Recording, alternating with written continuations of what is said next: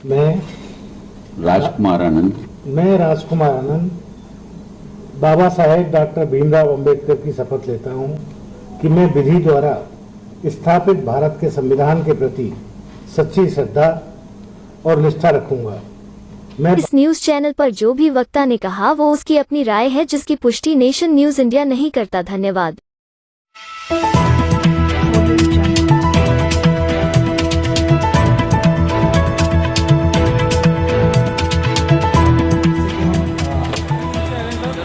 जिस तरीके से कार्यक्रम की रूपरेखा बनी है, आज बहुत ही हर्ष का विषय है बहुजन समाज के लिए कि आज सर आप एक बार यहाँ आ जाए, बाकी सब नीचे आ जाओ। सब लोग विधानसभा क्षेत्र से दिल्ली के लोकप्रिय और सर्वश्रेष्ठ विधायक माननीय श्री राजकुमार आनंद जी ने एलजी निवास स्थान पे जाकर मंत्री पद की शपथ ली और उसके बाद अपने आईटीओ कार्यालय जाकर अपने पद का पदभार ग्रहण किया और उसके उपरांत जो उनके दिल और दिमाग में बसता है वो नाम बाबा साहेब डॉक्टर भीमराव अंबेडकर जी, उनको माला अर्पण करने सीधा अपने मंत्रालय से वो यहाँ पहुंचे हैं। और अब हम कार्यक्रम को विधिवत रूप से स्टार्ट करेंगे, तो मेरी निवेदन है कि आप मंच की गरिमा को बनाते और हम कार्यक्रम को आगे बढ़ाते हुए आप इधर आ जाओ।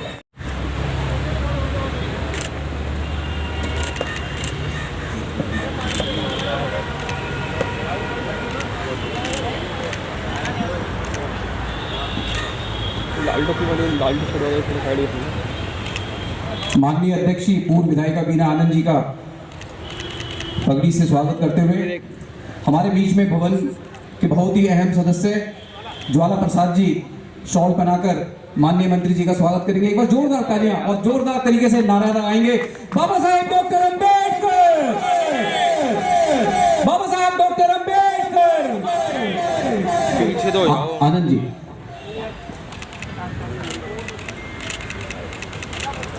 और हमारे बीच में बाबा साहब अंबेडकर जन्मोत्सव कमेटी के पूर्व महामंत्री अरविंद कुमार एडवोकेट भी हैं। मैं चाहूंगा कि वो भी महेंद्र भास्कर जी से निवेदन करूंगा, आज का ये जो कार्यक्रम उन्होंने तो आगे की हम कड़ी को बढ़ाते हुए मैं माइक सीधा माननीय मंत्री जी के हाथ में देना पसंद करूंगा और जिससे कि वो समाज को एक मैसेज दें। और बहुत ही हर्ष का विषय है, जैसा आप सभी को मालूम है और मैंने भी बताया कि सीधा पदभार ग्रहण करने के बाद माननीय मंत्री महोदय जो है बाबा साहब के प्रति जो उनकी आस्था है और जो पूर्ण विश्वास है संविधान के अंदर और उनके दिलो दिमाग में जो बाबा साहब अम्बेडकर बसते हैं उसके प्रति अपना श्रद्धा पूर्वक वो यहाँ पर माल्यार्पण करने के लिए यहाँ पहुंचे। बाबा साहब ये ऐतिहासिक स्थल जो बाबा साहब डॉक्टर अम्बेडकर ने अपने पैसों से खरीद के ये जमीन जिस समाज को दी और आज इस ऐतिहासिक मूर्ति के नीचे हम लोग खड़े हुए हैं, तो एक बार जोरदार ताली और जय भीम के नारे के बाद मैं अध्यक्ष जी को अपना माइक दूंगा और उसके बाद माननीय मंत्री जी से हम लोग समाज के नाम एक संदेश चाहेंगे। तो एक बार जोरदार नारा, जय जय जय जय जय भीम, जय भीम, जय भीम, जय जय जय जय जय भीम, जय भीम, जय भीम। आवाज नहीं आई, जय जय जय जय जय भीम, जय भीम, जय भीम। बहुत बहुत धन्यवाद। कुमार सेन बहुत जी, अध्यक्ष Delhi schedule caste welfare association.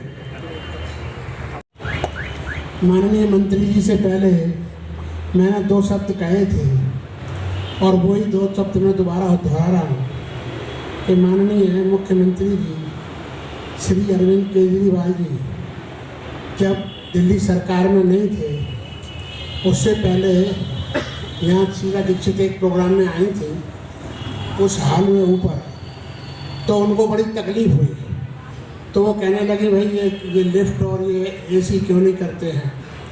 तो उन्होंने कहा मेरे पास आप आ जाओ और ये है वो।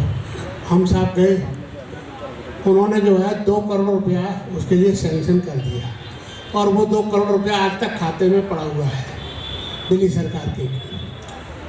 अब केजरीवाल जी आए, इनको हमने फरियाद की, जैसे ही इन्होंने शपथ ली मुख्यमंत्री की तो इन्होंने आश्वासन दिया कि आज आ जाओ, मैं आ जाऊँ, मैं कर दूँगा। हम जैसे उन्होंने कहा वैसे जैसे उन्होंने कहा वैसे हम गए मिलने, उनके अधिकारियों से मिले, उनके आदेश पर। एक टर्म निकल गया, अब ये दूसरा टर्म आ गया, अब दूसरा टर्म भी समाप्ति की तरफ है। और इस बीच में हमने राजेंद्र पाल गौतम को भी फाइल दी थी, उनसे भी अनुरोध किया था कि भाई थोड़ा आप भी कोशिश करो। हमारे क्षेत्र के विधायक हैं श्री विशेष रवि जी, उनको भी कहा, और विशेष रवि जी यहाँ 2-3 बार कुछ कर्मचारी इंजीनियर्स लेकर के सर्वे भी करके गए, लेकिन अभी तक वो अमल में बात नहीं आई।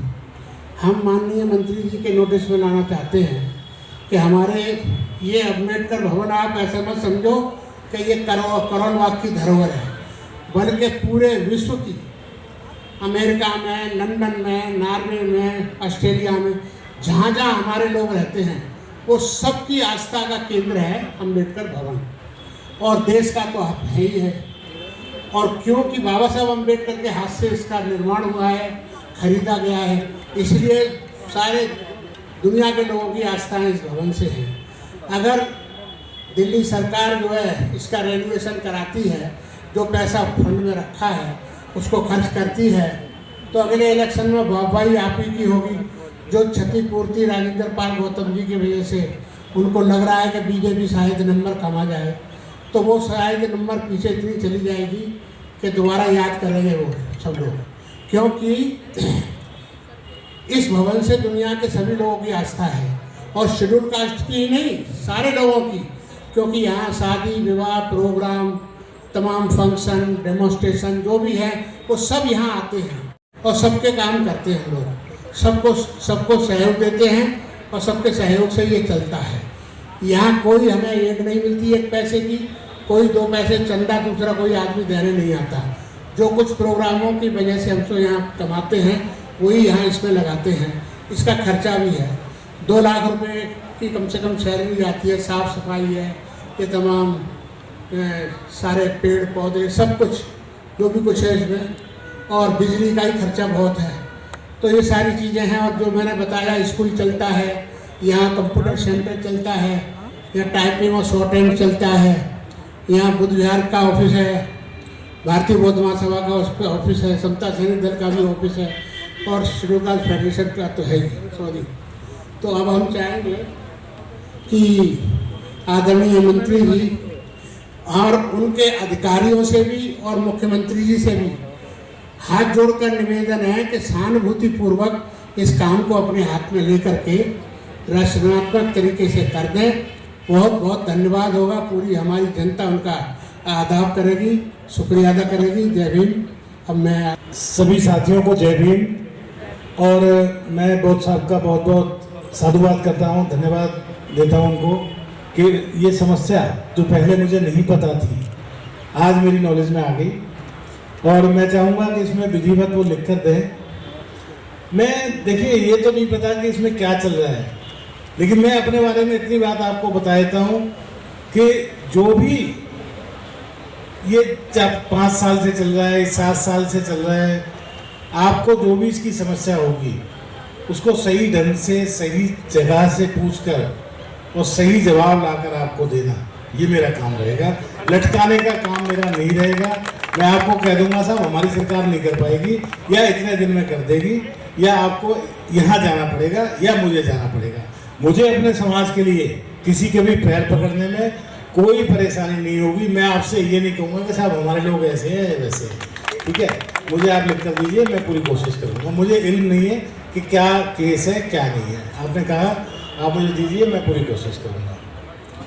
और अब आपने मेरे हाथ में माइक दिया तो मैं आपको बता दूं कि आज अलीगढ़ के एक ताला फैक्ट्री में बाल मजदूर के रूप में काम करने वाला ये बालक आज मंत्री के रूप में अगर आपके सामने खड़ा है, तो उसके पीछे एक ही आदमी का संघर्ष है।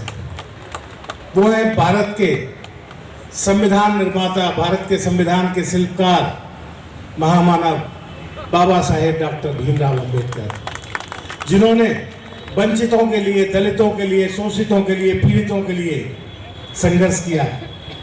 ऐसे ख्वाब बुने कि वो एक दिन पढ़ लिख कर ऐसे ओहदों पर बैठे कि वो देश और समाज के लिए कुछ काम कर पाए। आज मैं उनको सशक्त नमन करता हूं और आम आदमी पार्टी के राष्ट्रीय संयोजक अरविंद केजरीवाल जी, दिल्ली सरकार के लोकप्रिय मुख्यमंत्री अरविंद केजरीवाल जी, मेरे राजनीतिक गुरु एवं नेता अरविंद केजरीवाल जी को भी तहे दिल से शुक्रिया अदा करता हूं कि उन्होंने मुझे जिम्मेदारी दी, मुझे इस लायक समझा और मैं इस मंच के माध्यम से मैं उनको भी ये भरोसा दिलाता हूं कि उनकी जो उन्होंने मुझ पर भरोसा किया है उसको ठेस नहीं लगने दूंगा। मैं राजनीति शास्त्र का विद्यार्थी रहा हूं, लेकिन मेरा राजनीति से कोई मतलब नहीं रहा, मेरा राजनीति में कोई इंटरेस्ट नहीं रहा। लेकिन जब इंडिया अगेंस्ट करप्शन एक मूवमेंट अरविंद केजरीवाल जी ने शुरू की थी, तब उनकी आइडियोलॉजी धीरे धीरे हमें समझ में आने लगी और अंततः एक दिन अरविंद केजरीवाल जी ने एक पार्टी बनाई, आम आदमी पार्टी, जिसका पहला स्लोगन था राजनीति बदलेगी तो देश बदलेगा। वहां पर लगा कि हाँ, ये करेक्ट लाइन है, क्योंकि जब तक राजनीति नहीं बदलेगी देश नहीं बदलेगा। और आप लोगों ने देखा कि राजनीति बदली तो कम से कम दिल्ली तो पूरी तरह बदल गई कि नहीं बदल गई? तो राजनीति बदलेगी तो देश बदलेगा और इस तरह से धीरे धीरे हम लोग भी राजनीति में प्रवेश कर गए। और उसके बाद आज ये मंत्री की जिम्मेदारी उन्होंने दी। आज मैं बाबा साहेब डॉक्टर भीमराव अंबेडकर की मूर्ति के नीचे खड़ा हूं तो मुझे एक बात याद आ रही है, जो संविधान सभा की उनकी आखिरी स्पीच थी। उन्होंने कहा था कि आज से मैं आप सबको राजनीतिक तौर पर तो एक समान कर जाऊंगा, यानी कि राजा का वोट और एक रंग का वोट, सबका वोट का कीमत मूल्य एक हो जाएगा।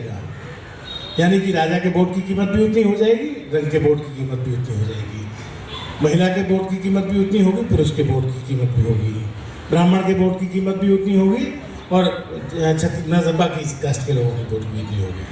लेकिन आर्थिक और सामाजिक स्तर पर जो खाइयां हैं, जो असमानता है, उसको, उस खाइयों को पाटने का काम आने वाली सरकारों को करना होगा। लेकिन आज 75 साल हो गए, सरकारें आती रही और जाती रही, राजनीतिक दल बदलते रहे, लेकिन उस खाई को पूरी तरह पाटने का काम, और मैं तो कहता हूं उन खाइयों को पाटने का काम नहीं हुआ। आज जब अरविंद केजरीवाल जी ने, आम आदमी पार्टी ने इस पर काम करना शुरू किया, आज जब वो कहते हैं कि सबको शिक्षा, हर बच्चे को शिक्षा, मुफ्त शिक्षा, अच्छी शिक्षा, अंतर्राष्ट्रीय स्तर की शिक्षा, तो क्या ये बाबा साहब अम्बेडकर का पहला सूत्र शिक्षित बनो नहीं है? अगर आज अरविंद केजरीवाल जी कहते हैं कि हर गरीब को भी अच्छा इलाज, सस्ता इलाज, अच्छे अस्पताल, घर के नजदीक मोहल्ला क्लिनिक, ये सब मिले, तो ये क्या डॉक्टर बाबा साहेब भीमराव अंबेडकर के सपनों का भारत बनाने की दिशा में कदम नहीं है? आज अरविंद केजरीवाल जी मुफ्त बिजली, मुफ्त पानी, मुफ्त बसों में सफर, अगर ये सब करने की कोशिश कर रहे हैं, तो क्या ये आर्थिक और सामाजिक स्तर पर खाई पाटने का काम नहीं है? मुझे लगता है कि हाँ, ये खाई बांटने का काम है।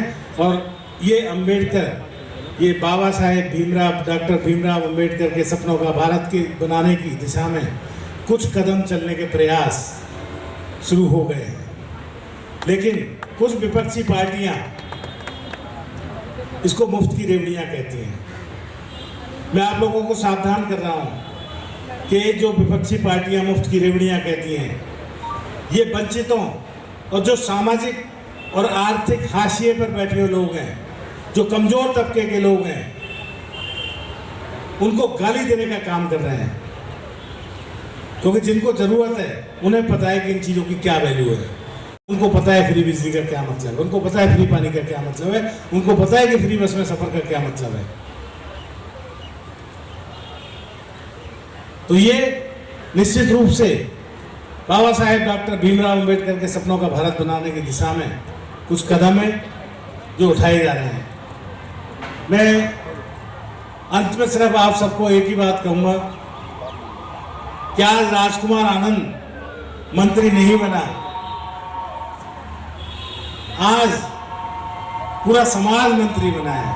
आज आप सब मंत्री बने हो। आप अपने लिए एक जोरदार ताली बजा लीजिए और जिस महामानव ने मुझे मेरे हाथ में माइक दिया है उसके लिए एक ताली बजा लीजिए, तो ये सारी चीजें पूरी हो जाएंगी। और पूरे समाज में सबको कह दीजिए कि आप मंत्री बन चुके हैं। और अगर कोई व्यक्ति समाज का, जब तक मैं हूं, जितने दिन मैं मंत्री रहता हूं, किसी को लेट डाउन नहीं होने दूंगा, ऐसा मेरा इस मंच के माध्यम से आप सबसे वायदा है। बहुत बहुत धन्यवाद। जय भीम, जय भारत, जय संविधान। जय भीम, जय भीम, जय Bhim. Thank you so much. जय जय जय जय जय भीम, जय भीम, जय भीम, जय जय जय जय जय भीम, जय भीम, जय जय जय जय जय भीम, जय भीम, जय भीम।